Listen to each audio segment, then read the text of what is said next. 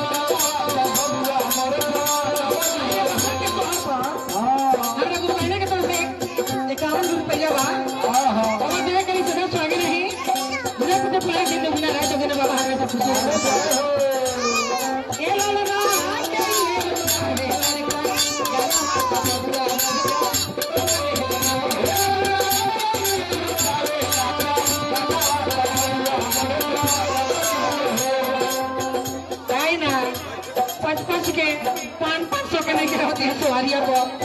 50-50 के एकदम मुझे खुला हो गई। गुरु जी के दे होके दान करे वाला सोहर पर बाबा दया करी